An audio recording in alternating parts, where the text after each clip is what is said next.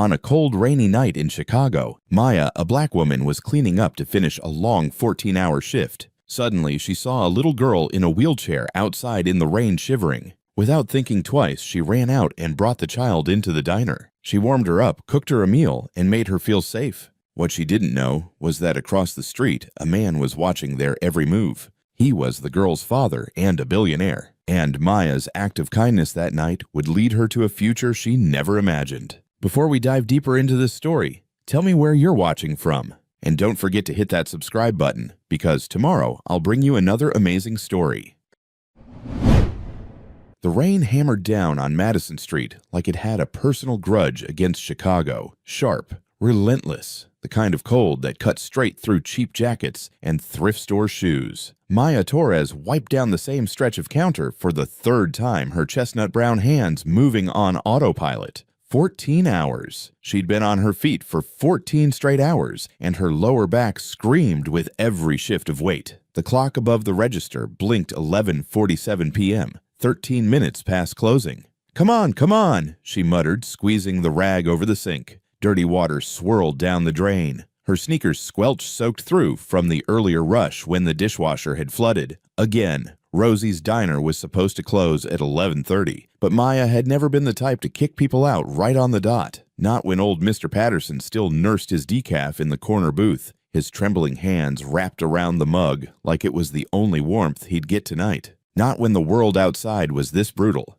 She exhaled, rolled her shoulders. Almost done. Almost home. Almost movement outside caught her eye. Maya froze mid-wipe, squinting through the rain-streaked window, past the flickering neon sign that read Rosie's Diner in faded pink cursive just beyond the pool of weak streetlight. Something small huddled against the brick wall. No, not something. Someone. Maya's stomach dropped. A child, in a wheelchair, in this weather. Jesus Christ, she breathed. The rag hit the counter. Maya was already moving, yanking her coat off the hook by the kitchen door, not bothering to button it as she shoved through the diner's entrance. The cold slapped her face. Rain soaked through her hair in seconds. "Hey," she called out, jogging across the slick sidewalk. "Hey, sweetheart." The little girl flinched, her thin shoulders jerking up like she'd been struck. She couldn't have been more than 8 years old. Blonde hair plastered to her pale face, blue eyes wide and terrified, staring up at Maya like she wasn't sure if she was being rescued or attacked. Maya's heart cracked right down the middle. The wheelchair was old, battered metal frame, one wheel slightly bent, the vinyl seat torn and patched with duct tape. The girl wore a coat that probably cost more than Maya's rent, but it hung off her small frame 2 sizes too big, soaked through, and doing absolutely nothing against the cold. Maya crouched down, ignoring the puddle soaking into her knees. She kept her voice soft, gentle, the way you'd talk to a wounded animal. "What are you doing out here, baby? Where's your family?" The girl's lips trembled. Her small hands gripped a threadbare blanket that looked like it had been pulled from a donation bin. I'm waiting for my dad." Maya glanced up and down the street. Empty. Nothing but the hiss of rain on asphalt and the distant wail of a siren. No cars idling. No concerned parent rushing over. Just this little girl alone, shivering so hard her teeth chattered. "Where is he?" Maya pressed, trying to keep the anger out of her voice, trying not to think about what kind of father leaves his kid in a wheelchair outside in a goddamn thunderstorm. The girl's eyes dropped to her lap. He said he'd be right back. He had to make a call. Maya bit down hard on the inside of her cheek. She'd heard that line before. Too many times. From too many kids whose parents never came back right away. She glanced at the wheelchair's wheels. Stuck. The right one had rolled into a pothole filled with muddy water, and the girl clearly didn't have the strength to pull herself free. "Okay," Maya said, standing up. Decision made.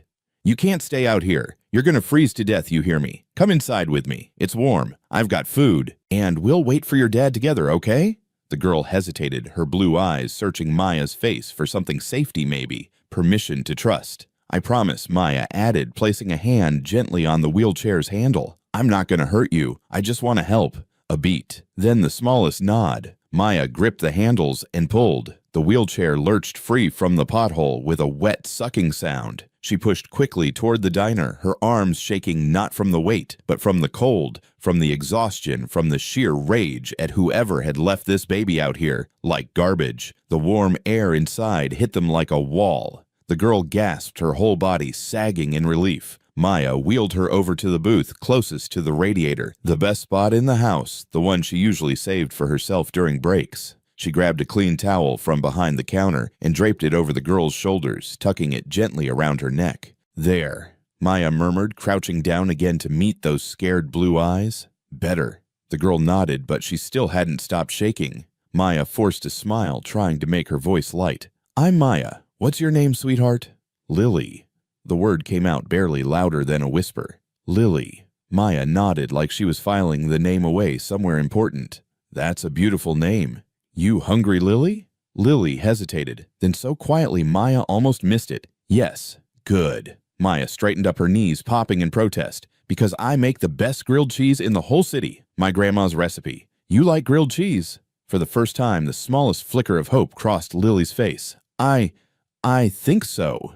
"You think so?" Maya put a hand on her hip, pretending to be offended. "Girl, you're about to know so." She turned toward the kitchen, but paused, glancing back. "You're safe here, okay? Nobody's gonna hurt you. Not while I'm around." Lily looked up at her with those wide, too old eyes. Eyes that had seen things an 8-year-old shouldn't have to see. "Okay?" Lily whispered. Maya moved through the kitchen, like her body remembered the motions, even when her brain had checked out hours ago. Butter in the pan, bread on the griddle, cheese the good stuff, sharp cheddar, not the plastic-wrapped garbage. She sliced it thick, layered it between the bread, and pressed down with the spatula until the butter sizzled and popped. Her hands shook. She didn't know why. Maybe the cold, maybe the exhaustion, maybe the way Lily had looked at her like Maya was the first person in a long time to ask if she was okay. The soup was already made, chicken noodles simmering in the big pot since the lunch rush. Maya ladled out a generous bowl, grabbed a handful of crackers, and carried everything back to the booth on a tray. Lily's eyes went huge. "This is for me?" she asked, staring at the plate like it was a 5-star meal. "All yours, baby." Maya set it down gently, then slid a napkin across the table. "Careful, the soup's hot. Blow on it first, okay?" Lily nodded, but she didn't wait. She grabbed the spoon with both hands and scooped up a mouthful, her eyes fluttering closed like she'd just tasted heaven. Maya's throat tightened. When was the last time this kid ate? She pulled up a chair and sat down across from Lily, watching her devour the sandwich. Cheese stretched in long, gooey strings. Lily giggled, actually giggled, as she tried to catch them with her fingers. "Messy eater, huh?" Maya teased, reaching over to dab soup off Lily's chin with a napkin. Lily smiled. A real smile. Small but real. "This is the best thing I've ever had," she said, her voice thick with wonder. Maya's chest ached. "Good food makes everything better." They sat in silence for a moment, just the sound of Lily chewing and the rain drumming against the windows. Mr. Patterson had finally left, shuffling out into the night with a mumbled, "Thank you." The diner was empty now. Just the two of them. Maya leaned forward, folding her hands on the table. Gentle, casual, like she wasn't fishing for information that might break her heart. "So, your dad," she started. "He's coming back soon." Lily's spoon paused halfway to her mouth. Her shoulders tensed. "He said he would," she murmured, staring down at the soup. He's really busy. He works a lot." "Yeah," Maya kept her voice light. "What's he do?" "He runs a company. A big one." Lily's voice got smaller. "He's very important." Maya nodded slowly. "Important. Right. So important, he leaves his disabled daughter outside in a storm." "And your mom?" Maya asked softly. Lily's face crumpled, just for a second. Then she forced it smooth again like she'd practiced hiding that pain. "She died 3 years ago." "Oh, Jesus. I'm so sorry, baby," Maya whispered. She reached across the table, covering Lily's small hand with her own. "That's really, really hard." Lily nodded, blinking fast. "It's okay. Dad says I have to be strong." Maya's jaw tightened. Strong. This little girl shouldn't have to be strong. She should be allowed to be 8, to be scared, to cry when she missed her mama. "You know what?" Maya said, squeezing Lily's hand. "It's okay to not be strong all the time. It's okay to be sad, or scared, or mad. You're allowed to feel things, Lily." Lily looked up at her, and for the first time, real tears welled in her eyes. "I miss her," she whispered, her voice breaking. "I miss her so much." "Oh, sweetheart." Maya stood up, moved around the table, and crouched down beside the wheelchair. She wrapped her arms around Lily, pulling her close. I know you do."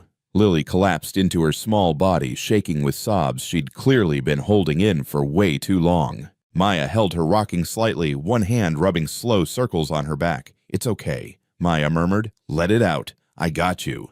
And Lily cried, deep gulping sobs that shook her whole frame. Maya just held her, blinking back her own tears, thinking about her own boys, grown now, off at college, and how she would have burned the world down if anyone had ever treated them like this. Finally, Lily's sobs quieted to hiccups. She pulled back, wiping her face with the napkin Maya handed her. "I'm sorry," she mumbled. "Don't you dare apologize," Maya said firmly. "You hear me? Don't ever apologize for feeling things." Lily nodded, sniffling. Maya stood smoothing down her apron. "You want some hot chocolate?" Lily's eyes lit up. "Really? Really? With extra marshmallows? Nobody ever." Lily trailed off, staring at Maya like she was trying to figure out if this was real. "Nobody ever asks me what I want." Maya's heart shattered into 1,000 pieces. She crouched back down, cupping Lily's face gently in both hands. "Well, I'm asking, and I'm going to keep asking, because you matter, Lily. You hear me? You matter." Lily's bottom lip trembled. "You're the first person who said that in a long time." Maya pulled her into another hug, squeezing tight. "Then I'll keep saying it," she whispered fiercely, "as many times as you need to hear it." Across the street, a phone call was ending. "Mr. Blackwood, are you still there?" The voice on the phone pulled Marcus back. He blinked, refocusing on the spreadsheet glowing on his laptop screen. Numbers, projections, the Tokyo deal. "Yes," Marcus said, his voice clipped. "Send the revised terms to my legal team. I want this finalized by Friday." "Understood, sir. We'll have—" Marcus hung up. He rubbed his eyes, exhaustion pressing down on his shoulders like a weight. 2 hours. The call had stretched for 2 goddamn hours. He glanced at his watch, 11:47 p.m. Then he looked out the window of his Rolls-Royce. And his blood went cold. Rain. It was pouring. "Lily," he breathed. His hand shot to the door handle, yanking it open. Cold rain slammed into him as he stumbled out onto the street, his $3,000 suit soaking through instantly. "Lily!" He spun around, scanning the sidewalk. The corner where he'd told her to wait just a few minutes, "Baby Dad has an important call," was empty. Just wet pavement and the glow of a flickering streetlight. No wheelchair. No little girl. Panic hit him like a freight train. "Lily!" Marcus ran down the sidewalk, his dress shoes slipping on the slick concrete, his heart hammered against his ribs. His breath came in short, sharp gasps. "She's gone. Someone took her. Oh God, someone took her." He ran to the corner, looking left, then right. Nothing. Just empty streets and the hiss of rain. "No, no, no." Marcus spun back toward the car, nearly tripping over his own feet. He threw himself into the driver's seat, water dripping from his hair, his hands shaking as he pulled up the security camera feed on the car's display. Come on. The footage loaded. Timestamp 9:34 p.m. There. Lily, sitting in her wheelchair exactly where he'd left her. Rain pouring down, her head bowed, her small body shaking. Marcus's throat tightened. 9:41 p.m., still sitting, still waiting. 9:58 p.m., still there, soaked through. 10:15 p.m., Lily's head lifted slightly like she was looking for him. Marcus felt sick. "Jesus Christ," he whispered. "What have I done?" Then at 10:23 p.m., the camera caught movement. A woman running through the rain. She crouched beside Lily, talking to her. Then she stood and started pushing the wheelchair, away from the car, away from him. Marcus's panic shifted instantly into something sharper, colder. "No!" He zoomed in on the woman's face, but the rain and the camera angle made it difficult to see clearly. Dark hair, brown skin, work uniform. She was taking his daughter. Marcus threw the car into gear and peeled out onto the street, tires screeching. His knuckles were white on the steering wheel. His jaw clenched so tight it ached. If she hurt her, if she so much as touched her, he turned the corner, eyes scanning frantically. There, a diner. Old, run down. The neon sign read Rosie's Diner in flickering red letters, and through the rain-streaked window he saw them. Lily, sitting in a booth, and the woman sitting across from her. Marcus slammed on the brakes. The car skidded to a stop across the street. He sat there, engine idling, rain drumming on the roof. And he stared. Lily is smiling. Not a polite smile, not a forced smile, a real, genuine, joy-filled smile that crinkled her eyes and made her shoulders relax. Marcus's breath caught in his chest. He couldn't move, couldn't look away, because he couldn't remember the last time he'd seen that smile. Not since Emily died, not since the world had turned gray and silent and unbearable. 3 years. 3 years, and he'd thought Lily had forgotten how to smile like that. But she hadn't. She just hadn't had a reason to. And now, watching this stranger, this waitress he didn't know, make his daughter laugh, Marcus felt something crack open inside him. When was the last time I looked at her like that? He gripped the steering wheel, his knuckles aching. When was the last time I sat with her, talked to her, asked her if she was hungry? He couldn't remember, because he'd been too busy, too focused, too buried in work and deals and distractions that kept him from feeling anything at all. Through the window, the woman reached across the table and touched Lily's hand, gently, like it was the most natural thing in the world. And Lily didn't pull away. She leaned in. Marcus felt his eyes burn, his vision blurred, and he realized with a jolt of horror that he was crying. He wiped his face roughly with the back of his hand, but the tears kept coming. "God," he whispered, "I'm so sorry, baby. I'm so sorry." He sat there in the dark, watching his daughter eat, watching her laugh, watching her be cared for by a woman who owed her nothing. And Marcus understood in that moment exactly how far he'd fallen. He pulled out his phone with shaking hands and dialed. Vanessa picked up on the first ring. "Sir," Marcus's voice was rough, raw. "I need you to do something for me." "Of course. What do you need?" He stared at the diner, at the woman wiping soup from Lily's chin. "There's a woman," Marcus said slowly, "at Rosie's diner on Madison. She's with Lily right now." Vanessa's tone sharpened. "Is Lily okay?" "She's fine. His voice cracked. "She's better than fine." A pause.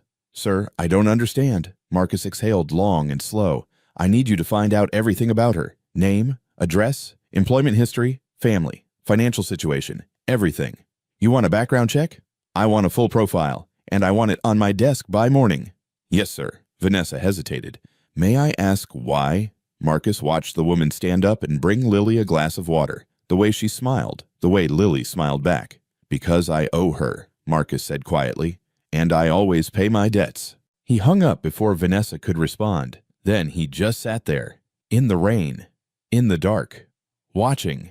Inside the diner, Maya wiped down the counter, glancing over at Lily every few seconds. The girl was finally warm, finally fed, finally safe. But something still gnawed at Maya.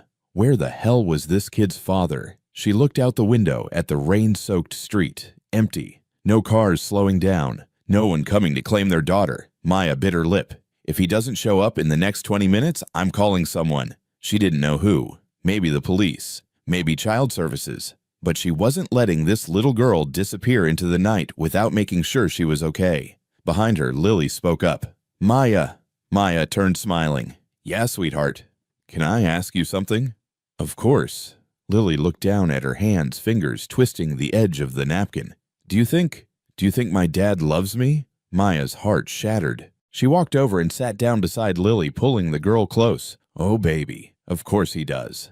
"Then why doesn't he?" Lily's voice wavered. "Why doesn't he look at me?" Maya closed her eyes, holding this broken little girl, and felt her own tears start to fall.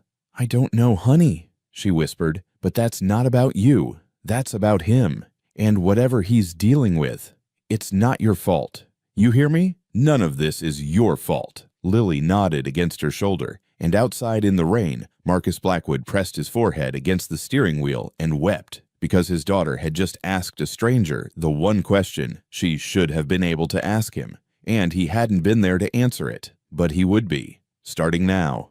He wiped his face, straightened his tie, and made himself a promise. He was going to fix this, all of it, and it started with the woman in that diner. The woman who had done in 1 hour what he hadn't been able to do in 3 years. Make his daughter feel loved. Marcus pulled out his phone and typed a message to his assistant. "When you get the information, don't send it. Bring it to me personally. And clear my schedule for tomorrow. All of it." He hit send. Then he looked back at the diner one last time. Maya was standing now, bringing Lily a cookie wrapped in wax paper. Lily's face lit up like Christmas morning. Marcus's chest ached. "I don't deserve her," he thought, "but maybe I can learn." Marcus wiped his face one last time, straightened in his seat, and watched Vanessa pull up in her sedan. He'd told her what to say, told her to be careful, told her this woman, whoever she was, deserved respect. He put the car in gear and pulled away slowly, the diner shrinking in his rearview mirror. Inside, Maya was just bringing Lily a glass of water when the door chimed. Maya looked up and felt her entire body tense. A woman walked in, mid-30s, red hair, slicked back, wearing jeans and a designer hoodie. Her eyes landed on Lily immediately. "Hey there, sweetheart," the woman said, her voice too bright, too practiced. "Time to go home." Lily looked up from the last bite of her cookie, confusion flickering across her face. "Who are you?" The woman smiled, but it didn't reach her eyes. "I'm Sarah. Your dad sent me to pick you up. He got held up with work." Maya moved around the counter, slowly positioning herself between the woman and Lily. Something about this didn't sit right. The expensive clothes trying to look casual. The way the woman's smile was just a fraction too tight. The fact that she'd appeared exactly at midnight, like she'd been waiting for the right moment. "Lily," Maya said quietly, keeping her eyes on the stranger. "Do you know this woman?" Lily stared at her for a long moment, uncertainty written all over her small face. She shook her head slowly. "No, I don't think so." "You don't think so, or you don't," Maya pressed gently. "I don't know her." Lily whispered, her voice small, scared. The woman, Sarah, or whatever her real name was, exhaled through her nose, and Maya caught the flash of irritation before it was smoothed away. "Look, I understand your concern, but Marcus asked me to bring Lily home. He's been delayed with an emergency and—" "Marcus," Maya's voice sharpened. "That's her father." "Yes." "And where exactly is he right now?" The woman's jaw tightened slightly. "Like I said, he's been delayed. A work emergency. I'm sure you understand how demanding his schedule can be." "No," Maya said flatly. "I don't understand. I don't understand how a man leaves his 8-year-old daughter sitting in the rain for 2 hours. I don't understand how he sends a complete stranger instead of coming himself. And I definitely don't understand why I should just hand her over to someone she's never even met." Something shifted in the woman's expression, surprise, maybe, or respect. She studied Maya for a moment, then seemed to come to a decision. "You're right to be cautious," she said, her voice losing some of its artificial warmth. "My real name is Vanessa Sterling. I'm Marcus Blackwood's executive assistant. I've worked for him for 6 years. "I don't care if you've worked for him for 60 years, Maya shot back. "That little girl doesn't know you, and I'm not letting her leave with a stranger." Vanessa's mouth tightened into a thin line. She pulled out her phone. "Fine, I'll call him." She dialed, and after 2 rings, a man's voice answered, deep, controlled. Even through the phone speaker, Maya could hear the weight of authority in it. "Vanessa, sir, I'm at the diner. The woman here won't release Lily without speaking to you first." There was a pause. "What's her name?" Vanessa looked at Maya, eyebrows raised in question. Maya lifted her chin. "Maya Torres." "Maya Torres," Vanessa repeated into the phone. There was a pause, and Maya thought she heard something like a sigh. Then, "Put her on." Vanessa held out the phone. Maya took it, her heart pounding harder than she wanted to admit. She turned slightly away from Lily, lowering her voice. "Hello? Miss Torres." The voice was smooth, each word precisely measured, like a man used to being obeyed. "My name is Marcus Blackwood. Lily is my daughter." "Then where the hell have you been?" The words came out before Maya could stop them, rough and angry and completely unprofessional. She heard Vanessa inhale sharply behind her, but she didn't care. There was a long pause on the other end. When Marcus spoke again, his voice was quieter, rougher. "Working, which isn't an excuse, it's just the truth." "Your daughter sat in the rain for 2 hours, Maya said, her voice trembling with barely controlled fury. "She was cold. She was scared. She was so hungry she ate like she hadn't seen food in days. Do you have any idea what you put her through?" "Yes." The word was clipped, final, like it hurt him to say it. "I know exactly what I did." Maya closed her eyes, trying to steady her breathing. She wanted to scream at this man, wanted to reach through the phone and shake him until he understood what he'd done to that little girl. But something in his voice stopped her. Not defensiveness, not arrogance, just exhaustion, and something that sounded dangerously close to shame. "I need to know she'll be safe," Maya said finally, her voice softer but no less firm. "She will be. Vanessa has been with my company for 6 years. She has full security clearance and background checks. She'll bring Lily home safely, and I'll be there waiting.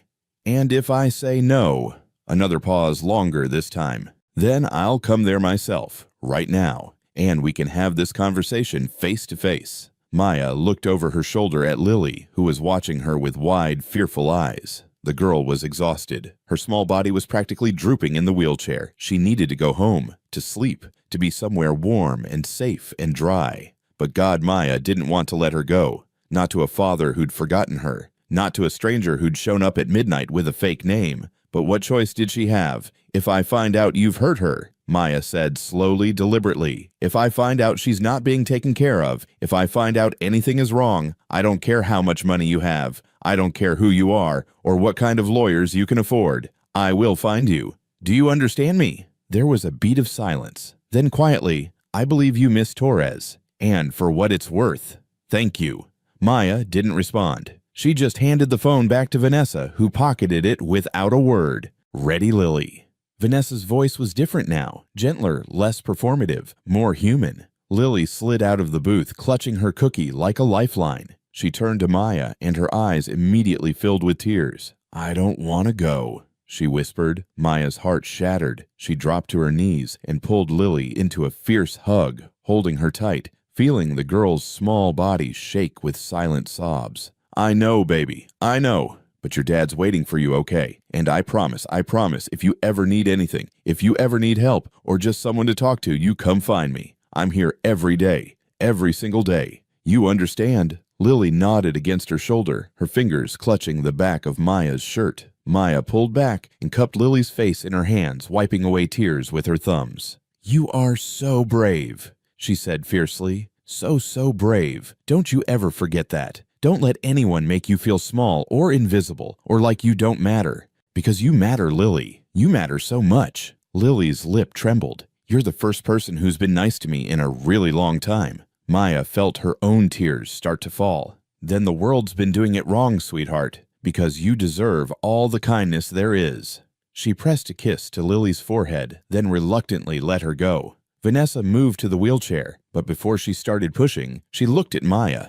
Really looked at her, and in that look Maya saw something unexpected, respect, maybe even gratitude. You did good tonight, Vanessa said quietly. Not everyone would have stopped, not everyone would have cared. She's a child, Maya said simply. Of course I cared. Vanessa nodded slowly. Then she pushed Lily toward the door. The rain was still coming down in sheets, and Vanessa moved quickly, shielding Lily as best she could. Maya stood in the doorway, watching as they crossed the street to the black Rolls-Royce idling in the shadows. She watched Vanessa lift Lily gently into the back seat, buckling her in with surprising tenderness. Watched the car's taillights flare red in the darkness. Watched until they disappeared completely into the rain and the night. And then she was alone. Maya exhaled shakily and turned back to the empty diner. The booth where Lily had sat still had crumbs on the table. The glass still had a ring of condensation. Like proof that it had all been real, she needed to finish closing, count the register, lock up, go home to her tiny apartment, and try not to think about a little girl with sad eyes and a father who'd forgotten how to see her. But her hands were shaking too much to count money. Maya sat down at the counter, pressing her palms against her eyes, trying to breathe, trying not to cry. Trying not to think about all the children in the world who were waiting in the rain for someone who never came. She didn't know how long she sat there. 5 minutes, 10, maybe more. And then she heard it, a soft, hesitant knock on the glass door. Maya's head snapped up. A man stood outside, tall, well over 6 feet, broad-shouldered, wearing a suit that looked like it cost more than her car, soaked through and clinging to his frame. His dark hair was plastered to his forehead, rain streaming down his face. And his eyes, gray, sharp, intelligent, were fixed on her with an intensity that made her breath catch. He raised one hand in a hesitant, almost apologetic wave. Maya's first instinct was to ignore him, lock the door, turn off the lights, call someone. But something made her walk over instead. Maybe it was the look on his face. Maybe it was the way his hands were clenched at his sides, like he was holding himself together by sheer force of will. She unlocked the door, but didn't open it all the way. Just enough to talk. We're closed. I know. His voice was the same one from the phone. Marcus Blackwood. Up close, it was deeper, more raw. I needed to. He trailed off, looking down at his expensive shoes, now ruined by rain and mud. When he looked up again, his jaw was tight, his eyes red-rimmed. I wanted to thank you for what you did tonight. For Lily. Maya stared at him. Up close, she could see everything the phone call had hidden. The lines of exhaustion around his eyes, the way his hands trembled slightly at his sides, the look of a man who'd just realized he'd been standing on the edge of a cliff and hadn't even known it. "You don't need to thank me," Maya said, her voice flat. "I did what anyone decent would do." "No," Marcus shook his head firmly. "You did what I should have done, what I failed to do." The rain pounded down around them. Water dripped from his hair, ran down his face, but he didn't seem to notice or care. "She's a good kid," Maya said finally, something softening in her chest despite herself. "She deserves better than what she's getting." "I know." Marcus's voice cracked on the words. "God, I know she does." He reached into his jacket slowly, carefully, like he didn't want to spook her, and pulled out an envelope. Cream-colored, expensive paper. Even Maya could tell that from here. He held it out to her. "What is that?" Maya asked, not taking it, not moving. "A thank you, and an apology, and," he hesitated, "and a job offer." Maya blinked, laughed. The sound came out harsh and disbelieving. "I'm sorry, what?" "I want to hire you," Marcus said, and his voice was steady now, like he'd made a decision and was committing to it fully. "At my company, Blackwood Technologies, Director of Community Relations. Starting salary is $180,000 a year. Full benefits, stock options, healthcare that actually covers things." Maya stared at him like he'd just spoken in another language. Then the anger hit. "You think you can just buy me?" Her voice rose sharp and cutting. "Write me a check and make yourself feel better about being a shit father." Marcus flinched like she'd physically struck him. "No, that's not, because that's what this is, right?" Maya's hands clenched into fists at her sides. "You feel guilty, so you throw money at the problem, at me. Like I'm some charity case you can fix with your wallet and then forget about." "That's not what this is," Marcus said, and there was an edge to his voice now, something hard beneath the exhaustion. "Then what is it?" "It's me recognizing something I should have seen a long time ago." Marcus took a step closer to the door, and Maya saw it, then the desperation in his eyes, the need to make her understand. "You saw my daughter tonight. You actually saw her. Not as an inconvenience, not as a reminder of everything I've lost. You saw her as a person, a child who needed help, and you helped her without asking for anything in return. That's called being a decent human being." Maya shot back. "It's not some extraordinary talent that deserves 6 figures." "Maybe not," Marcus said quietly. "But do you know how many people walked past her tonight? How many people saw a little girl in a wheelchair sitting in the rain and just kept walking?" Maya's anger faltered. She didn't have an answer for that. "You asked if she was hungry." Marcus continued, his voice thick. "You brought her inside. You fed her. You held her when she cried. Do you know how long it's been since someone did that? Since someone treated her like she mattered? That's not my fault," Maya said, but her voice was softer now. "It's yours." "I know." Marcus's shoulders sagged. "Believe me, I know. My wife died 3 years ago. Cancer. It took her in 6 months, and I couldn't handle it. So I buried myself in work. I built an empire so I wouldn't have to feel anything. And Lily, God, Lily looks so much like her mother. Same smile, same eyes. And every time I looked at my daughter, all I could see was everything I'd lost." He stopped, his jaw working like he was trying to hold something back. "So I stopped looking. I stopped seeing her. I turned her into another obligation on my calendar, another problem to solve, another thing to manage." Maya felt something twist in her chest. "That doesn't make it okay." "No," Marcus agreed. "It doesn't. But tonight, standing in the rain, watching you hold my daughter through that window, I realized something. I've been so afraid of losing her the way I lost Emily that I never noticed I'd already lost her, just in a different way." The silence between them was heavy, weighted with things neither of them knew how to say. "I don't need your pity job," Maya said finally. "It's not pity." Marcus held out the envelope again. "It's me asking for help, because I don't know how to do what you did tonight. I don't know how to see people anymore, how to connect, how to care without it destroying me. But I need to learn, for Lily, and I think you could teach me." Maya looked at the envelope, at this man standing in the rain soaking wet, looking more lost than any billionaire had a right to look. "I don't know you," she said. "I don't know your company. I don't even know if this is real or if you're going to wake up tomorrow and pretend this conversation never happened. I won't. You don't know that." "You're right," Marcus admitted. "I don't. So I'm asking you to take a chance. Read the contract, think about it, And if you decide I'm full of shit, if you decide this is just some rich man's guilt talking, then throw it away. But if there's even a small chance that you might consider it." He set the envelope down on the wet doorstep between them like a bridge, like an offering.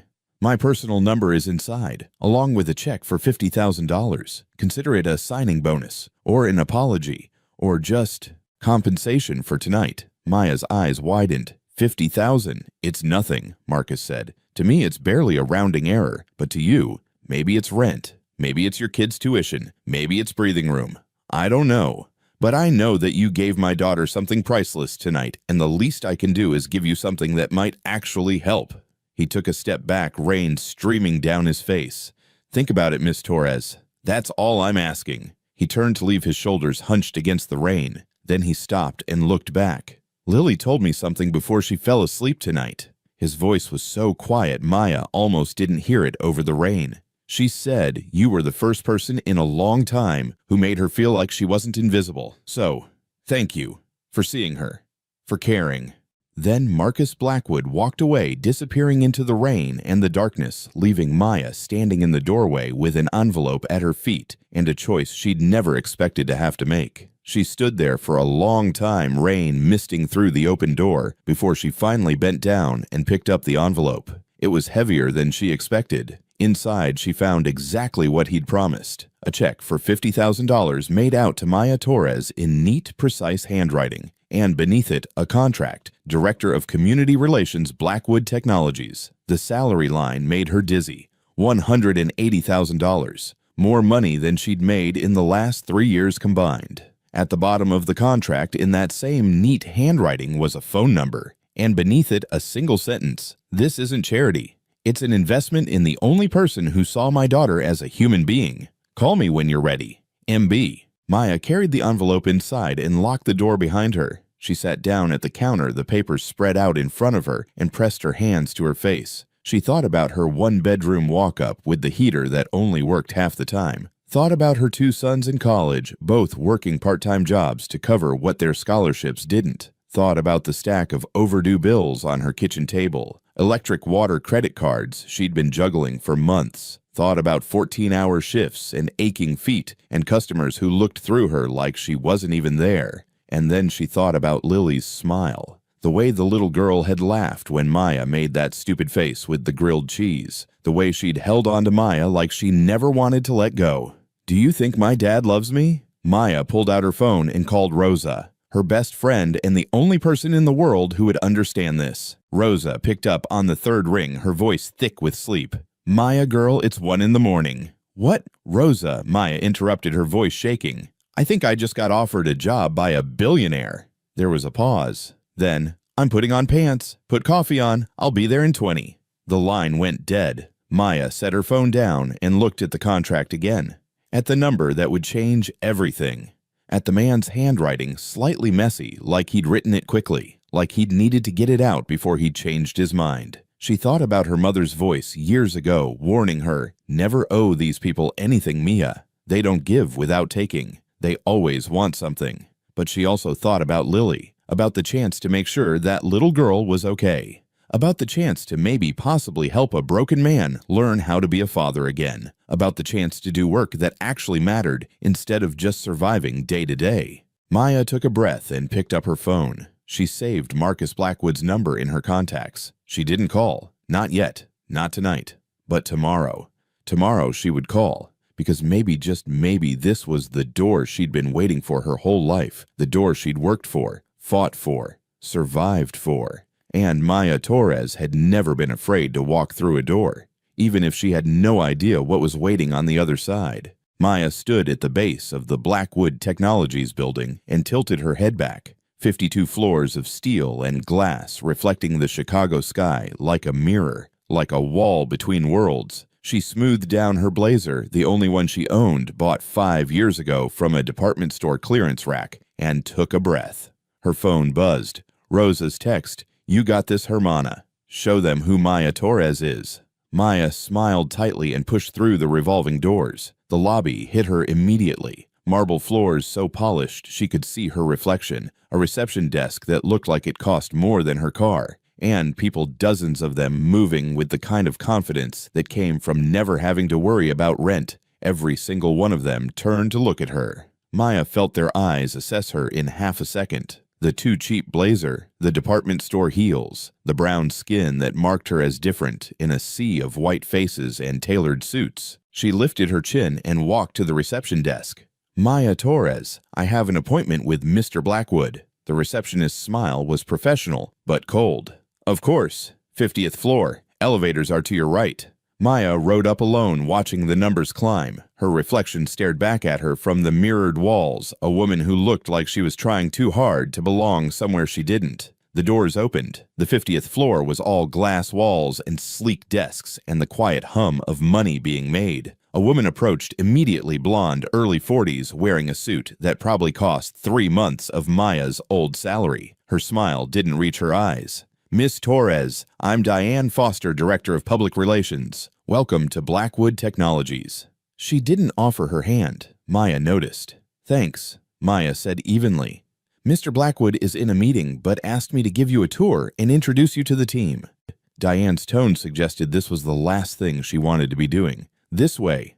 They walked through an open office space, heads turned. Conversations stopped mid-sentence. Maya heard the whispers, not loud enough to confront, but loud enough to hear. "That's her. Affirmative action hire. I heard she's sleeping with Marcus." Maya's jaw tightened, but she kept walking. Diane led her to a conference room where 7 people sat around a massive table, all white. All Ivy League Maya would bet money on it. "Everyone, this is Maya Torres, our new Director of Community Relations." Diane's introduction was flat perfunctory. "Maya, this is the executive team." A man at the head of the table stood mid-40s, sandy hair, expensive suit, and a smile that made Maya's skin crawl. "Brad Mitchell, VP of Marketing." He extended his hand, and when Maya shook it, his grip lingered just a second too long. "Welcome aboard." Maya, was it? That's a lovely name. The condescension dripped from every word. "Miss Torres is fine," Maya said, pulling her hand back. The others introduced themselves, names and titles that blurred together. None of them looked happy to meet her. Maya took the empty seat at the far end of the table, as far from Brad as possible. "So," Brad said, leaning back in his chair with the ease of someone who'd never been challenged in his life. "Why don't you tell us a little about yourself, Maya? What makes you qualified for this position?" There it was, the test. Maya had known it was coming. "I've spent 15 years in customer service and hospitality," she said calmly. "I understand people, how to read them, how to connect with them, how to make them feel seen." Customer service. Brad's smile widened. "So, waitressing, among other things?" "Fascinating." Brad exchanged a glance with Diane. "And you think that translates to corporate community relations?"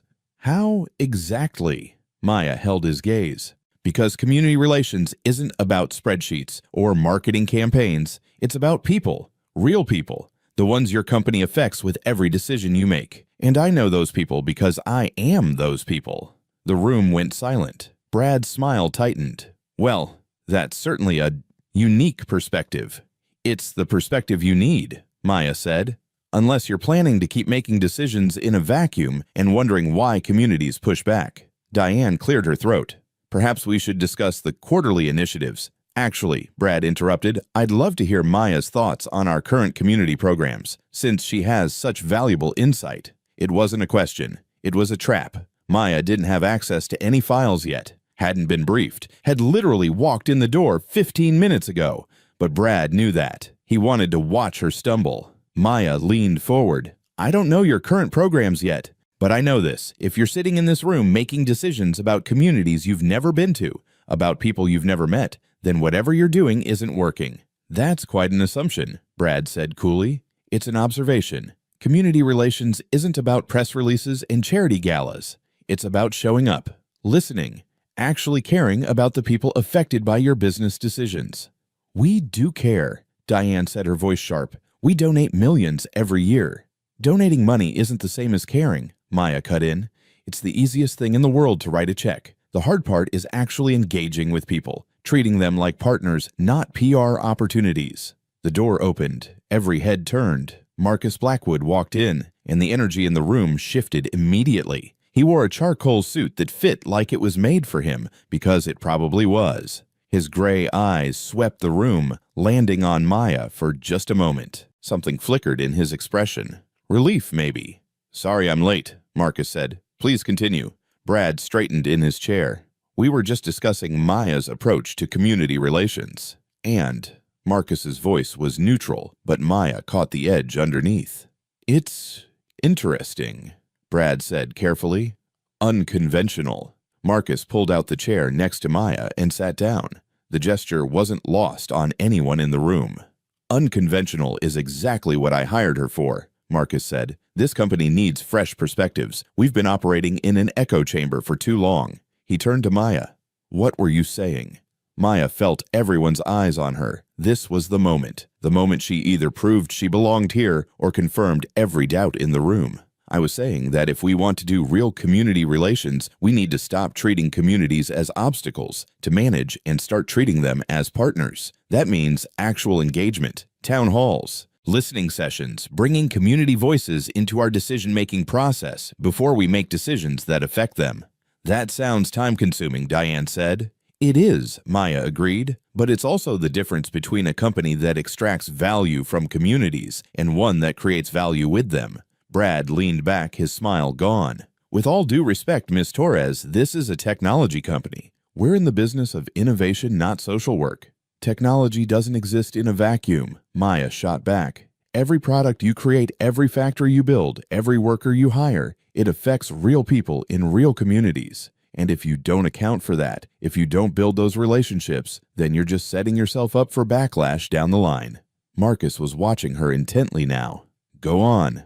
"Take your manufacturing plants. I'm guessing they're in low-income communities because land is cheaper and regulations are looser. Those communities bear the environmental impact, the traffic, the strain on infrastructure. What are you giving back? And I don't mean token donations. I mean real investment, job training programs, environmental cleanup, healthcare partnerships." The room was dead silent. Brad's jaw was tight. Diane looked like she'd swallowed something sour. But Marcus was almost smiling. "That's exactly what I want to hear," he said quietly. He stood up, and everyone else immediately stood too. "Brad, Diane, I want you to work with Maya on developing a comprehensive community engagement strategy. She'll have full autonomy to design it, and you'll provide whatever resources she needs." Brad's mouth opened, then closed. "Of course, sir." Marcus looked at Maya. "My office. 15 minutes.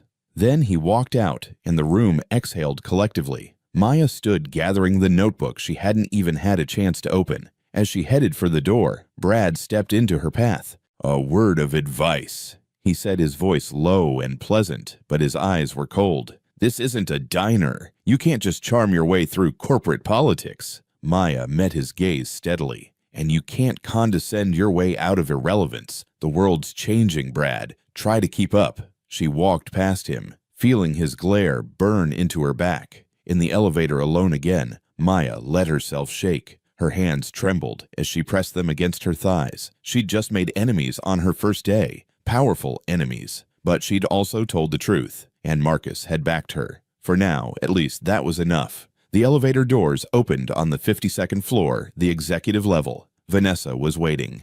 "He's ready for you," she said, and there was something almost like warmth in her voice. "Nice work down there, by the way.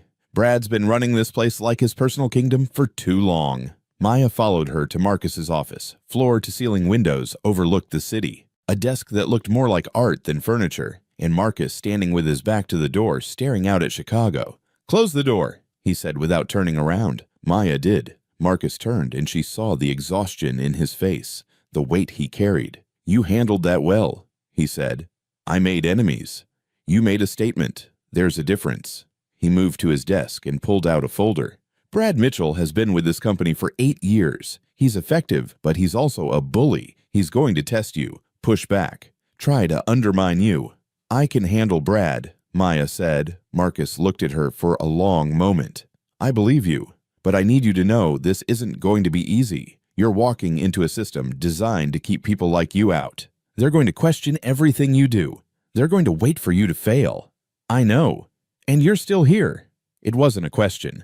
Maya thought about Lily, about the little girl who'd looked at her like she was the only person in the world who cared. "I'm still here," she said. Marcus nodded slowly, then almost to himself. Thank you for not giving up before you even started. Don't thank me yet, Maya said. Wait until you see what I'm about to do to your quarterly budget. For the first time since she'd met him, Marcus Blackwood smiled. A real smile. And Maya realized that maybe, just maybe, she'd made the right choice after all. 6 months changed everything. Maya's community programs launched in 3 cities, job training for single mothers scholarship funds, for kids with disabilities environmental cleanup projects that actually hired local workers. The press loved her. Chicago Tribune ran a profile, The Waitress Who's Revolutionizing Corporate Responsibility. Forbes followed with Maya Torres, the voice companies need to hear. Brad hated every word. Maya felt it in every meeting, his cold stares, his subtle undermining, the way he'd talk over her or dismiss her ideas until Marcus shut him down.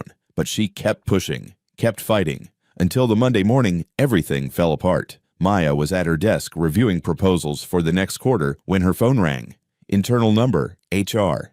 Miss Torres, this is Jessica Chen from Legal. We need you to come to the 50th floor immediately. Something in the woman's voice made Maya's stomach drop. What's this about? We'll discuss it when you arrive. Please come now. The line went dead. Maya stood slowly, her heart already racing. Around her, the open office had gone quiet. People were staring, not even pretending to work. They knew something. She could see it in their faces. Maya walked to the elevator on legs that felt disconnected from her body. When the doors opened on 50, Vanessa was waiting. Her face was pale. Maya, I'm so sorry. I didn't know. Know what? Vanessa just shook her head and led her to a conference room. Inside sat Jessica Chen, head of Legal, a sharp-eyed woman in her mid-40s who looked like she'd rather be anywhere else. Brad was there too, leaning against the wall with his arms crossed, expression carefully neutral. And 2 people Maya didn't recognize. Security, maybe. Miss Torres, please sit. Jessica gestured to a chair. Maya sat. Her hands were shaking, so she pressed them flat against her thighs. What's going on? Jessica slid a folder across the table. We've discovered a serious security breach. Confidential financial documents were leaked to the press over the weekend. Documents relating to our bidding process for the Morrison International contract. Maya's blood went cold. Morrison International, the $200 million deal Marcus had been negotiating for months. Okay, Maya said carefully. What does that have to do with me? Jessica opened the folder. Inside were printed emails, screenshots, server logs. The leak originated from your workstation, your login credentials, your IP address. Maya stared at the papers, at her name, her employee ID number, at timestamps showing someone accessing classified files from her computer at 2:47 a.m. last Sunday. That's impossible, Maya breathed. I wasn't even here Sunday. I was home with my son. He came in from school for the weekend. You can ask him. You can check my building's security cameras. We have the server logs, Jessica said, not unkindly, but firmly. Your credentials accessed the executive drive multiple times between 2:00 and 3:30 a.m. The files were downloaded, and 30 minutes later, they were sent to 3 journalists. Then someone used my login. Maya's voice rose despite herself. Someone stole my password. Your password was changed 3 days ago, Brad interjected quietly. Only you would have known the new one. Maya spun to face him. Something in his expression was that satisfaction, no. He looked almost sad, like he'd expected better from her. I didn't do this, Maya said, looking at each of them. I swear to God I didn't do this. Miss Torres, we want to believe you, Jessica said, but the evidence is substantial, and given the severity of the breach, the board has voted to suspend you immediately pending a full investigation. The words hit like a physical blow. Suspend me. Effective immediately. You'll need to surrender your badge and building access. Security will escort you to collect your personal belongings. Maya couldn't breathe. The room was tilting. No, you can't. I need to talk to Marcus. Where is he? Mr. Blackwood has been informed, Jessica said. He's in New York for the Morrison meeting. He'll be briefed when he returns. Then call him. Right now. Let me talk to him. I'm sorry, Miss Torres. The decision has been made. The 2 security officers stepped forward, not threatening, but present, final. Maya stood on shaking legs. This is bullshit. This is a setup, and you know it. Maya. Brad's voice was soft, almost gentle. Don't make this harder than it has to be. She looked at him, really looked, and saw it, then the faintest flicker behind his carefully constructed sympathy. He knew. He knew because he'd done it. It was you, Maya whispered. Brad's expression didn't change. I don't know what you mean. You did this. You set me up. Miss Torres, Jessica said sharply. Making unfounded accusations will only make your situation worse. Maya's hands clenched into fists. She wanted to scream, wanted to flip the table, wanted to make them listen. But she'd seen this before, seen how quickly a black woman's anger became aggressive or threatening, how defending yourself became attacking others. She was already guilty in their eyes. Anything she did now would only confirm it. So she straightened her spine, lifted her chin, and said nothing.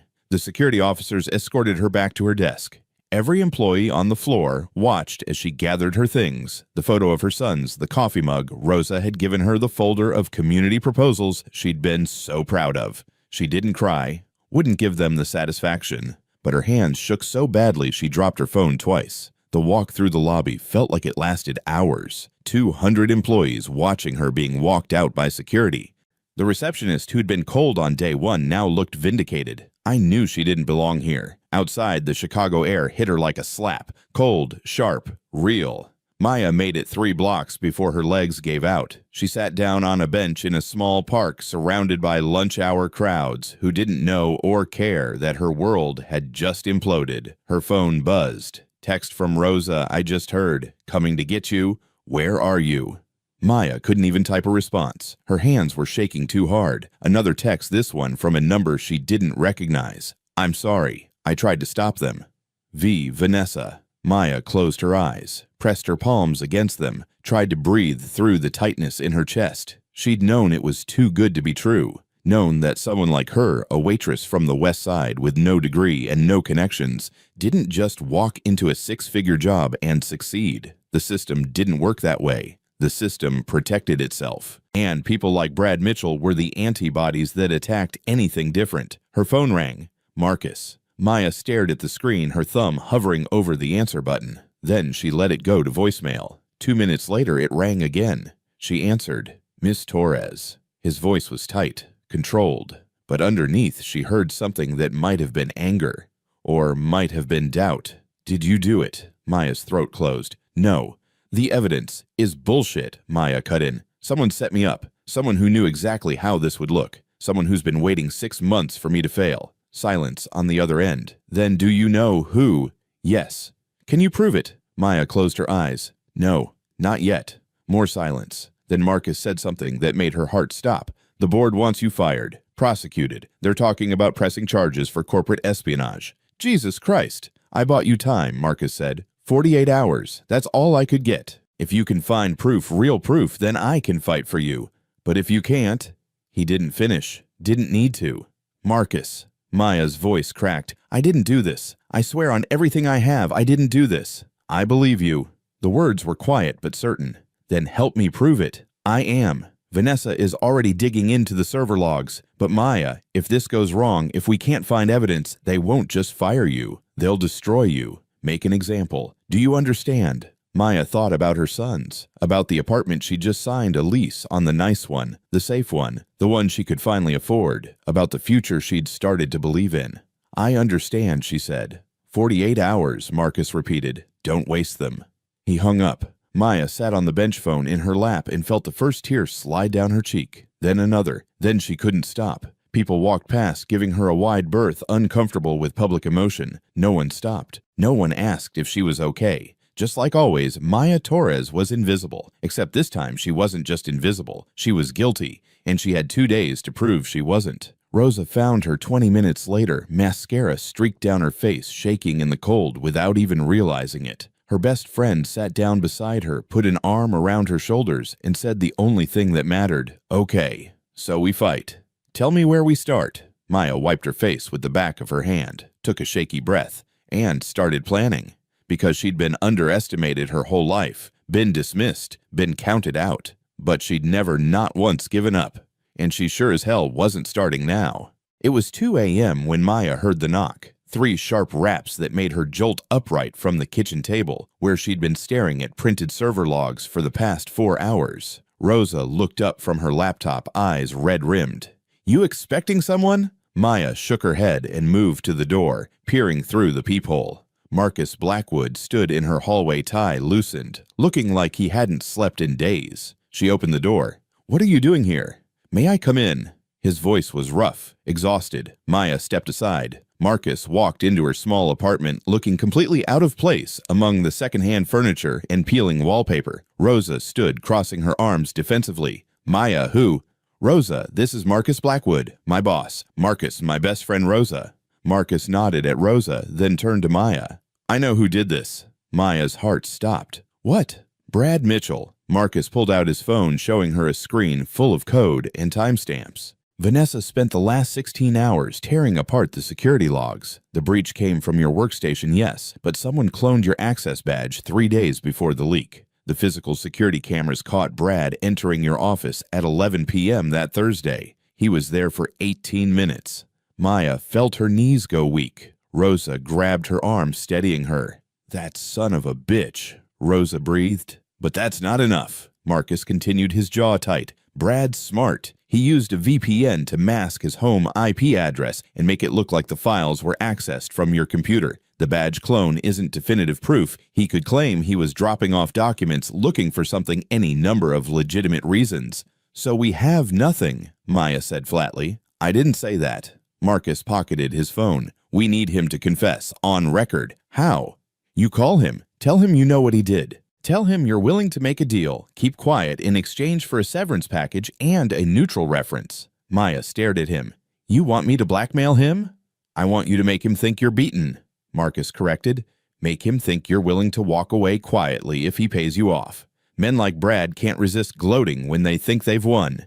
And you think he'll just admit it over the phone?" "Not over the phone." A new voice came from the doorway. Vanessa stepped inside, holding a small leather case. "In person, with this." She opened the case. Inside was a tiny recording device no bigger than a button. "Audio recording laws in Illinois require two-party consent," Rosa said immediately. "Anything recorded without his knowledge is inadmissible in court." "We're not going to court," Marcus said quietly. "We're going to the board, and trust me, they'll care more about protecting the company from a PR nightmare than they will about recording consent laws." Maya looked between them. "This could backfire if he figures out what I'm doing." "Then you walk away," Marcus said. "But Maya, this is the only play we have. 48 hours, remember. We're already down to 36. Maya thought about Lily, about the little girl who'd looked at her with such trust, about the community programs that were finally making a difference, about everything she stood to lose if she didn't fight. "Okay," she said. "I'll do it." Vanessa handed her the device in a small adhesive patch. "Wear this under your collar. It's voice activated and has a 6-hour battery. Get him talking about the leak, about Morrison, about why he did it. Anything that proves he was involved." "When?" Maya asked. "Tomorrow, 6 p.m. There's a bar Brad goes to after work. McGinty's on Wells Street." Vanessa pulled out her phone, showing Maya a photo. "He'll be alone. He always is on Tuesdays." "You've been watching him?" Rosa asked. Vanessa's smile was cold. "I've been watching everyone since this started. Brad's predictable, arrogant, and he's been drinking more lately. Probably feeling guilty or celebrating. Hard to tell with him." Marcus moved toward the door, then stopped. "Maya, if this goes wrong, if he suspects anything, you get out immediately. Don't push. Don't take risks. Brad's dangerous when he's cornered." "I know," Maya said. Marcus held her gaze for a long moment. Then quietly, "I'm sorry. For not seeing this coming. For not protecting you. You couldn't have known." "I should have. Brad's been undermining people for years. I thought merit would speak for itself. That good work would be enough." He laughed bitterly. "I was naive." "You were human," Maya said. After they left, Rosa turned to Maya with wide eyes. "Girl, your boss just broke into your apartment at 2 a.m. with a spy device and a plan to take down his VP. This is insane." "I know. And you're really going to do this?" Maya thought about Brad's face when security escorted her out. The satisfaction he'd tried to hide. The way he'd destroyed her because she dared to succeed. "Yeah," she said. "I really am." The next evening, Maya sat in a corner booth at McGinty's, nursing a glass of wine she hadn't touched. The recording device felt like it weighed 1,000 pounds against her collarbone. Brad walked in at 6:14. He saw her immediately, and his step faltered. Then he recovered, schooling his features into concerned surprise, and walked over. "Maya, I didn't expect to see you here. Can we talk?" Her voice was small, Defeated, Brad hesitated, then slid into the booth across from her. Of course. How are you holding up? How do you think? Maya laughed, but it came out broken. I'm about to be prosecuted for something I didn't do. I can't pay rent. My sons think I'm a criminal, so not great. Brad signaled the bartender for a whiskey. I'm sorry, truly. But the evidence? I know what the evidence says. Maya leaned forward. But we both know I didn't do it. Something flickered in Brad's eyes. Maya. I'm not here to fight, she said quickly. I'm here to make a deal. Brad's whiskey arrived. He took a long sip, watching her carefully. What kind of deal? I walk away quietly. No lawyers, no appeals, no press interviews. Maya's hands shook slightly around her wine glass. In exchange, you get the board to give me 6 months severance and a neutral reference. That's it. That's all I want. Brad leaned back, studying her. Why would I do that? Because you know I didn't leak those files. Maya held his gaze. And I think you know who did. The silence stretched. Brad took another drink. Then slowly he smiled. You're smarter than I gave you credit for. Maya's heart pounded. So you'll help me. Help you. Brad's smile widened. Maya, I don't need to help you. You're already finished. What? You think I'm afraid of you, of what you might say? Brad leaned forward, his voice dropping. I've been at this company for 8 years. I have relationships with every board member. I golf with half of them. My father went to Yale with Morrison himself. He took another sip. You're a waitress who got lucky. Who do you think they're going to believe? Maya felt the device recording every word. So you did set me up. I protected this company from a diversity hire who was bleeding money into useless social programs. Brad said, his voice hardening. You were costing us millions with your community investment bullshit. The board was too afraid of the optics to fire you outright, so I did what needed to be done. You framed me for corporate espionage. I exposed a security risk. Brad's eyes glittered.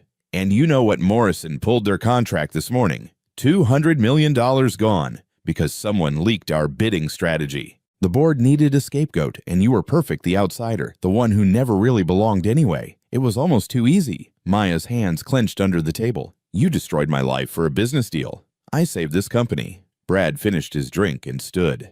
And honestly, Maya, you should thank me. You were never going to make it here anyway. People like you don't belong in boardrooms. You belong in diners serving coffee to people who actually matter. He dropped 2 20s on the table. Drinks are on me. Consider it severance. Then he walked out. Maya sat frozen, the recording device still running, capturing the ambient noise of the bar. Her phone buzzed. Text from Vanessa. Got it. Every word. Get out of there now. Maya stood on shaking legs and walked out into the Chicago night. 3 blocks away, Marcus's car was waiting. She climbed into the back seat, where Vanessa was already downloading the audio file. We got him, Vanessa said, her voice tight with satisfaction.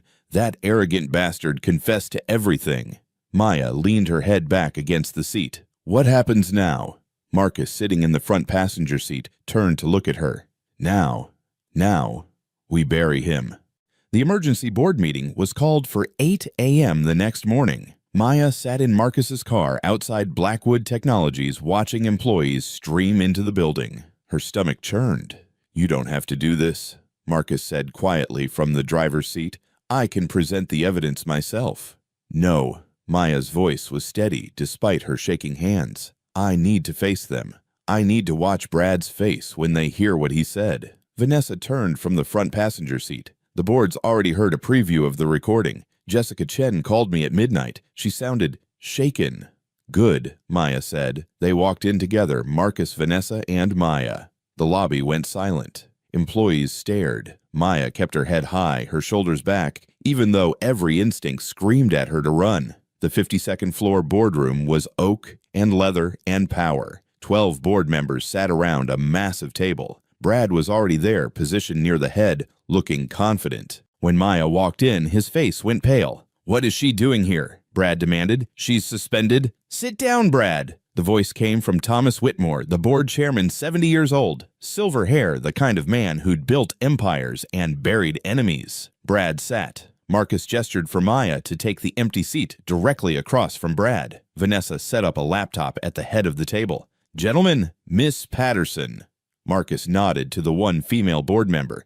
Thank you for convening on such short notice. 2 days ago, Maya Torres was suspended based on evidence suggesting she leaked confidential information to the press. That evidence appeared conclusive. Server logs, timestamps, her login credentials. He paused. It was also completely fabricated. Brad's lawyer, a sharp-eyed man in a gray suit, leaned forward. Mr. Blackwood, these are serious allegations. They're facts. Marcus nodded at Vanessa, who pressed play. Brad's voice filled the room, tinny through the laptop speakers, but unmistakable. I protected this company from a diversity hire who was bleeding money into useless social programs. The board was too afraid of the optics to fire you outright, so I did what needed to be done. I exposed a security risk. The color drained from Brad's face. Several board members shifted uncomfortably. The recording continued. Morrison pulled their contract this morning. $200 million gone because someone leaked our bidding strategy. The board needed a scapegoat, and you were perfect. When it finished, the silence was absolute. Thomas Whitmore removed his glasses slowly. Brad, would you like to explain? That recording was obtained illegally. Brad's lawyer jumped in. Without Mr. Mitchell's consent, it's inadmissible. In court, perhaps, Whitmore said coldly, but this isn't a court. This is my boardroom, and I just heard one of my executives admit to corporate sabotage and framing an employee. He turned to Brad. Did you or did you not leak those documents? Brad's jaw worked. Sweat beaded on his forehead. I was trying to protect the company. That's not what I asked. The community programs were hemorrhaging money. She was pushing us toward social responsibility initiatives that alienated our core partners. Morrison specifically complained about our woke direction. I made a business decision. You committed fraud, Jessica Chen interjected sharply. You accessed confidential files without authorization, framed a colleague for corporate espionage, and by your own admission, cost this company a $200 million contract. Morrison pulled out because they're racist assholes who didn't want to work with a company that actually gave a damn about people. Brad's composure cracked completely. You all know it. You just didn't want to say it out loud because Philip Morrison golfs at your clubs and sits on your charity boards. Enough. Whitmore's voice cut through the room like a blade. He looked at Marcus. What do you recommend? Immediate termination, Marcus said. Full criminal investigation, civil suit for damages, and a public statement making clear that Miss Torres was wrongfully accused and that Blackwood Technologies does not tolerate discrimination or retaliation in any form. Brad shot to his feet. You can't do this. My father, your father, Whitmore said icily, will be deeply disappointed when I call him this afternoon to explain why his son is being escorted out of this building by federal investigators. He turned to Jessica. Contact the FBI, Corporate Fraud Division. Brad's lawyer grabbed his arm. Don't say anything else. But Brad was beyond hearing. He pointed at Maya, his hand shaking. This is bullshit. She's a goddamn waitress who got lucky because she fed Marcus's crippled kid one night. She doesn't belong here. She never did. And you all know it. The room erupted. Diane Foster, who'd been silent until now, stood abruptly. For God's sake, Brad, shut up. She turned to face the board, her voice trembling. I owe Miss Torres an apology. Several of us do. We stood by while Brad undermined her. We participated in making her feel unwelcome. She swallowed hard. We didn't want to see what was right in front of us because it was easier to doubt her than to confront our own biases. Thomas looked at Maya for the first time since she'd entered. Miss Torres, do you have anything you'd like to say? Maya stood slowly. Every eye in the room turned to her. She looked at Brad, at his red face, his desperate anger, his complete inability to comprehend that he'd lost. Then she looked at the board members, at their expensive suits and uncomfortable expressions, at the system that had nearly destroyed her. I want my job back, she said simply. Not because I need your approval, not because I need to prove anything, but because the communities we serve need someone in this room who actually sees them as human beings, who understands that corporate responsibility isn't a PR strategy, it's a moral imperative. She paused. Brad was right about one thing. I am a waitress. I served coffee and sandwiches for 15 years. I know what it's like to be invisible, to be dismissed, to work yourself to exhaustion and still not be able to pay rent. Her voice strengthened. That's exactly why you need me. Because every decision you make in this room affects thousands of people who will never sit at this table. People who don't golf at your clubs or go to your charity galas. People who just want to feed their kids and pay their bills and maybe believe that the companies taking their labor and their resources actually give a damn about them. The room was silent. So yes, I want my job back. As Vice President of Social Impact, with a seat on this board and full authority to rebuild the programs Brad destroyed. She looked at Whitmore. Otherwise, I walk. And I take this recording to every news outlet in Chicago. Whitmore's lips twitched, almost a smile. Miss Patterson, call a vote. The vote was 11-1. Brad's lawyer voted no. Everyone else raised their hands. Motion carries, Whitmore said. Miss Torres, welcome back. Brad, you're fired. Security will escort you out. Brad lunged across the table at Maya. Marcus moved faster, stepping between them, his voice deadly quiet. Touch her, and I'll make sure you never work again. Not anywhere. Security arrived. Brad was still shouting as they pulled him from the room about lawsuits, about his father, about how this wasn't over. The door closed, muffling his voice. Maya sat down heavily, her legs suddenly unable to hold her. Diane approached slowly. I meant what I said. I'm sorry. She placed a white rose on the table in front of Maya. For whatever that's worth. Maya looked at the flower, then at Diane. It's a start. After the board members filed out, Marcus sat down beside Maya. Vice President, he said. You didn't ask for that part. You didn't offer enough, Maya said, and despite everything, she smiled. Marcus laughed a real laugh, the first she'd heard from him. Fair enough. When can you start? Tomorrow, Maya said. But first, I need to call my sons. Tell them their mother isn't a criminal after all. She pulled out her phone with shaking hands. The text she sent was simple. I won. Love you, Mom. The responses came immediately. Crying emojis, celebration gifts, words of pride that made her eyes burn. Vanessa appeared with a press release already drafted. Should go out in an hour. Blackwood Technologies exposes internal corruption, promotes whistleblower to executive team. She looked at Maya. You did it. We did it, Maya corrected. She stood her legs steadier now. Now let's get back to work. We've got communities to serve. And for the first time in 3 days, Maya Torres walked through the Blackwood Technologies lobby with her head held high. Not as a suspect, as a vice president, as someone who belonged. 2 years later, Maya stood in the back of Lincoln Elementary School's auditorium, smoothing down her dress for the third time. Around her, parents jockeyed for position with cameras and phones, everyone wanting the perfect shot of their child's 5th grade graduation.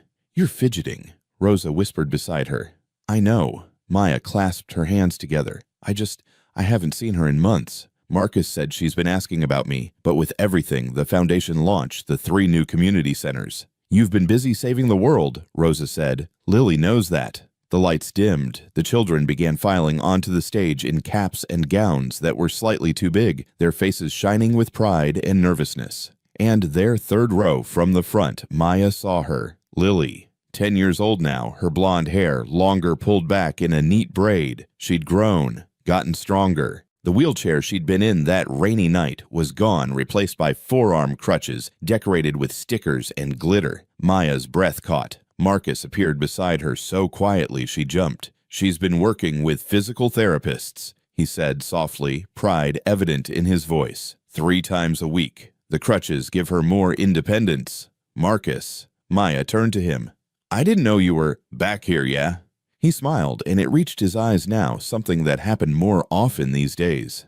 Figured you'd want the anonymous spot? Old habits. They watched together as the principal began calling names. Each child walked or rolled or crutched across the stage to receive their diploma. The applause was thunderous, democratic, celebrating each kid equally. When they called Lily's name, the girl made her way to the center of the stage with careful, determined steps. The crutches made soft thumping sounds on the wood floor. Maya found herself holding her breath. Lily took her diploma with one hand, balancing carefully, then turned to face the audience. Can I say something? Her voice was small but clear through the microphone. The principal looked surprised but nodded. Lily cleared her throat.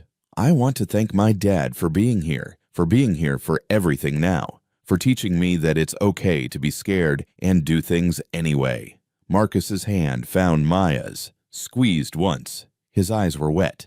And I want to thank Miss Maya Torres. Lily continued searching the crowd. I don't know if she's here, but...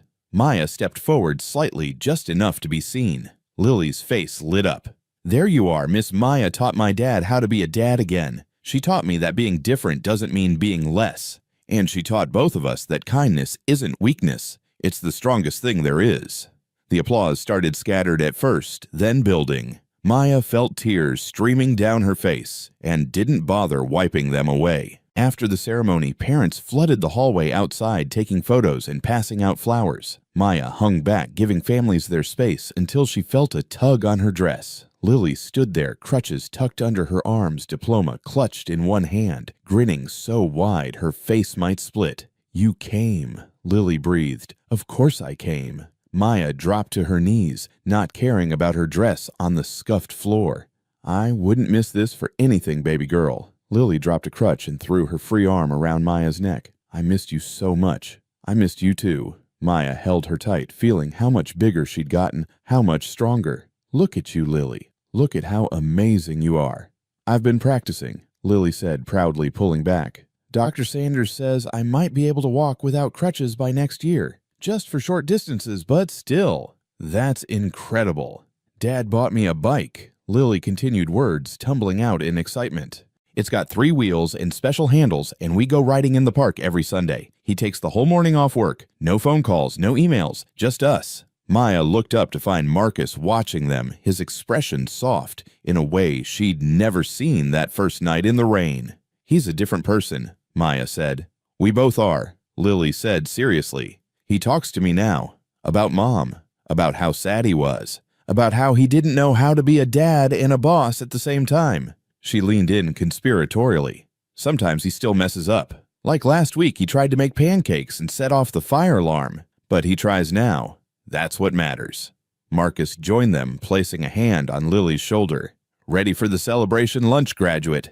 "Can Maya come?" Lily asked immediately. "Please." Marcus looked at Maya, and she saw the question in his eyes. Not obligation, not politeness, actual hope.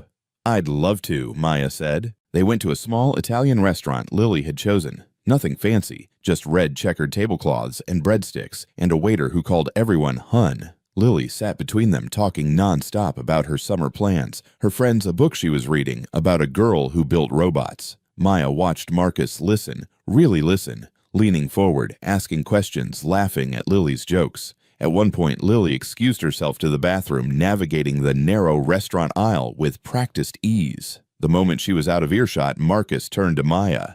"I never thanked you properly." "You've thanked me about 1,000 times, Maya said. "Not for this." Marcus gestured vaguely, encompassing everything. "For giving me my daughter back. For teaching me how to see her, how to be present. You didn't just change her life that night, you saved mine." Maya's throat tightened. "Marcus, I was drowning," he continued quietly. "After Emily died, I was drowning, and I didn't even know it. I thought if I worked hard enough, made enough money, built a big enough empire, the pain would stop. But it just got worse. And Lily." He stopped, composing himself. "I was losing her too, pushing her away because looking at her hurt too much. If you hadn't been there that night." "But I was," Maya said firmly. "And you learned. You changed. That's not on me, Marcus. That's you doing the work. With your example." He smiled slightly. "Every time I want to hide in my office, I think about you. About how you saw a scared kid in the rain and didn't hesitate, didn't make excuses, just acted. That's the person I'm trying to be now." Lily returned, sliding back into her seat with a grin. "What'd I miss?" "Just your dad being sentimental," Maya said.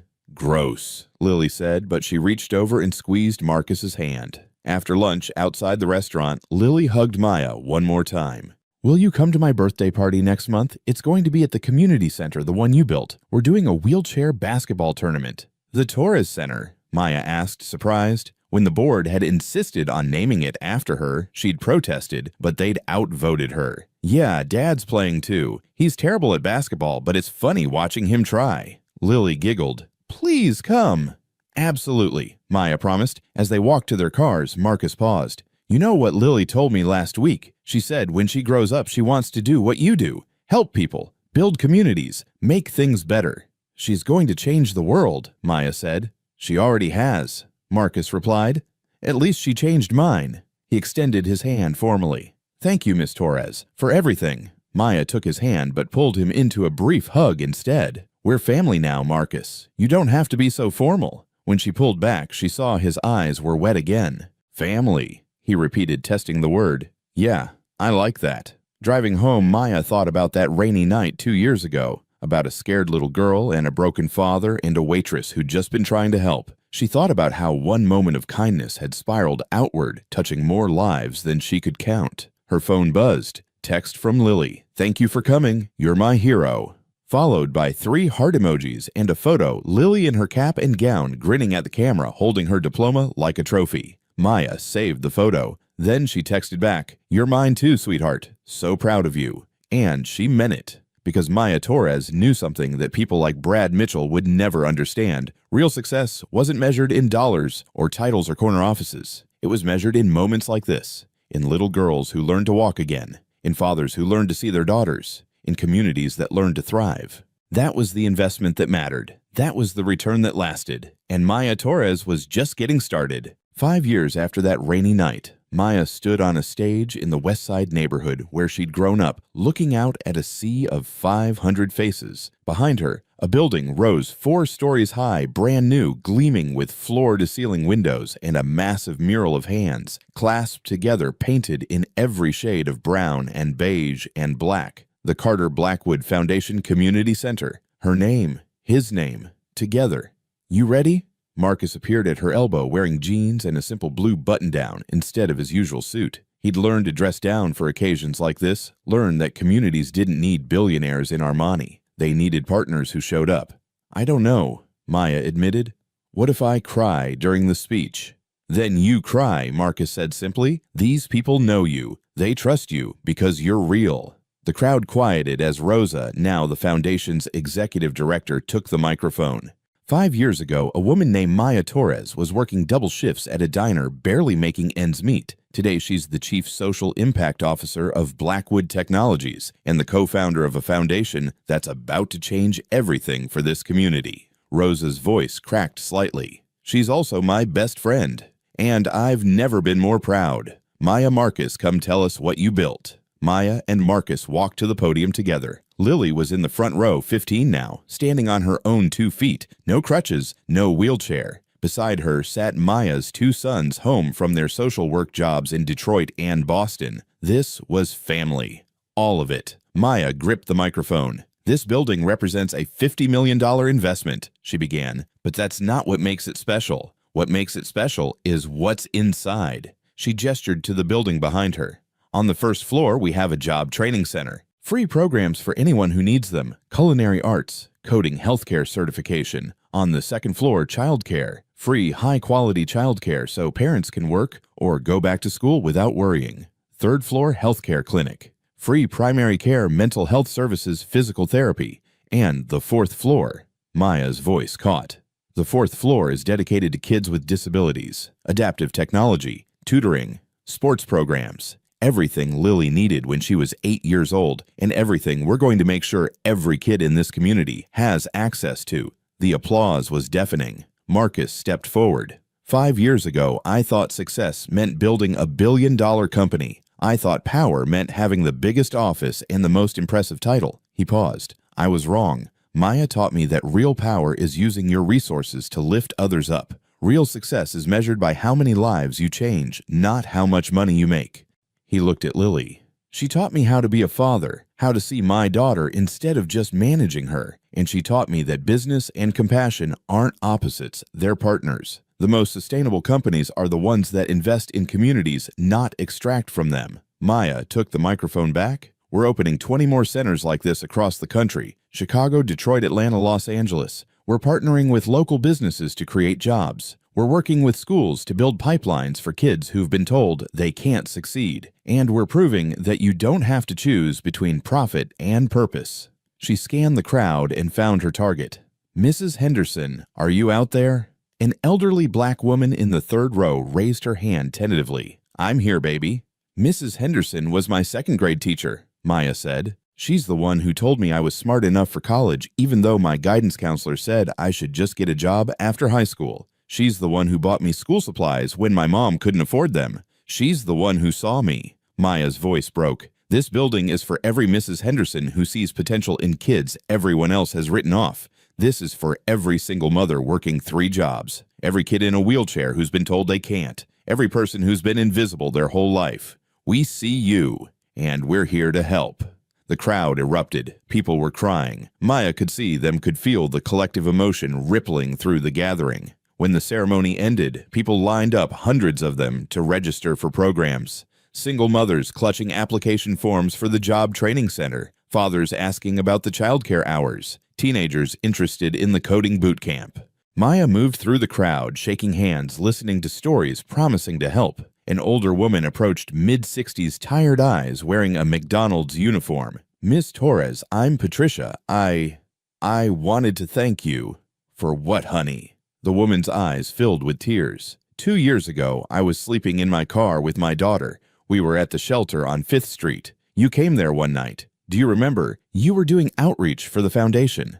Maya searched her memory. She'd done dozens of shelter visits. "You talked to me for an hour," Patricia continued, "about my daughter's asthma, about how I was trying to find work, about how scared I was. And you didn't just listen. You helped. You got my daughter into the clinic, got me into a job program, helped us find housing." She pulled out her phone, showing Maya a photo of a young girl in a graduation cap. "That's my Jasmine. She graduated high school last week. First person in our family. She's going to community college in the fall on a scholarship you helped her apply for." Maya's throat closed up. "Oh my God. You saved our lives," Patricia said simply.